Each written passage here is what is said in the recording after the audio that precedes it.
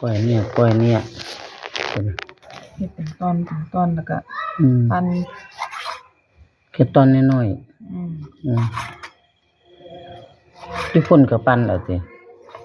ช่วยปั้นมันสิบ่ม่วนพูดถึงจังได๋เอาว่าคือจังคนฝากขัน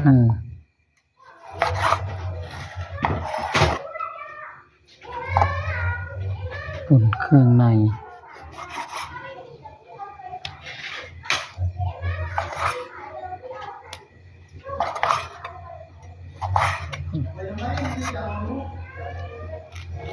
กล้วยเนี่ยพี่น้องมากินกล้วยเนี่ย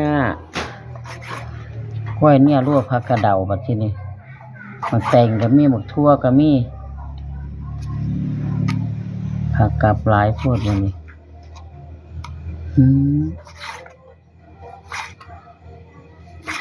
เดี๋ยวยังค่อยซอยอัน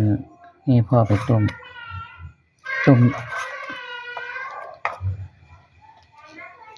นี่ก็เป็นเนื้อต้มซุ่มนี่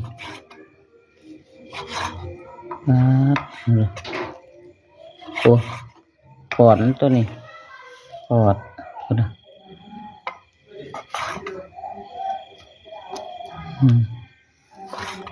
เนื้อไม่ติ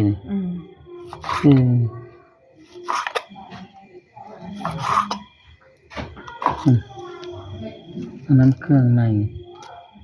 เฮ็ดเบิดได้กินเบิดอยู่ติให้ก็บ่อิ่มตัว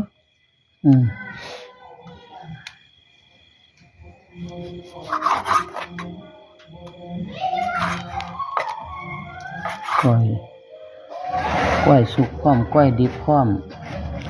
อันนี้ก็ต้มเนื้อเศษมันเนื้อเศษก็น้ำอยู่ได้พุ่นเนาะเนื้อเศษก็ได้พุ่นน่ะเพิ่นเอาให้เพิ่นแถมตัวเนื้อเศษแถมสิบ่คือดีแท้คันไหนไปซื้อแถมให้โลดพุ่นน่ะคนดีไปใส่คนก็ฮักดู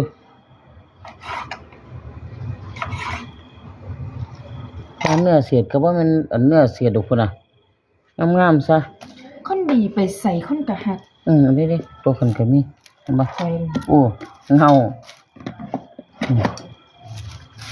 ปั้นบัดทีนี้อันนี้ก็สิซอยเป็นไงบุญกันต้มเนื้อไว้เดือดเด้อตู้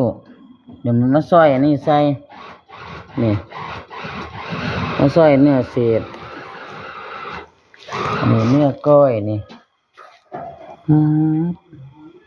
แดงดีบ่ได้ใส่สีใส่หยังเด้อเนื้อสดๆ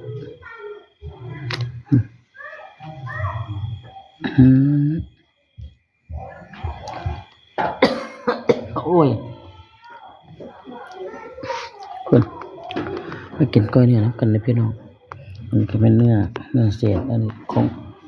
ไปซื้อน้ำเพิ่นดูหลายเพิ่นก็เลยแถม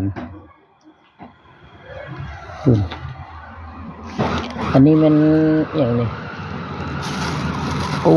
เสือห้องไห้ปีนี้นี่เสือห้องไห้คุณห้องเสือห้องไห้หรือว่า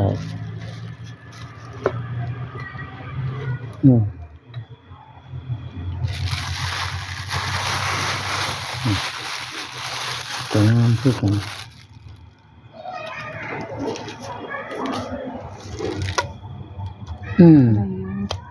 งามด้วยล่ะโอ้มนดีได้แล้วเนาะ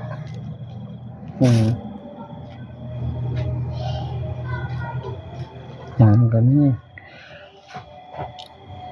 นี่ก่อนจับเอามันเบิดนี่ก็เสียห้องแหมที่ย่างมันนี่สิเอานี่ก็ดี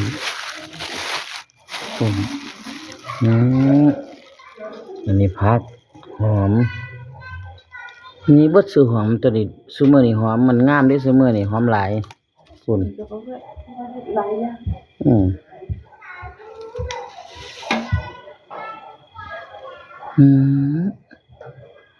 ดูอันนี้ก็สิต้ม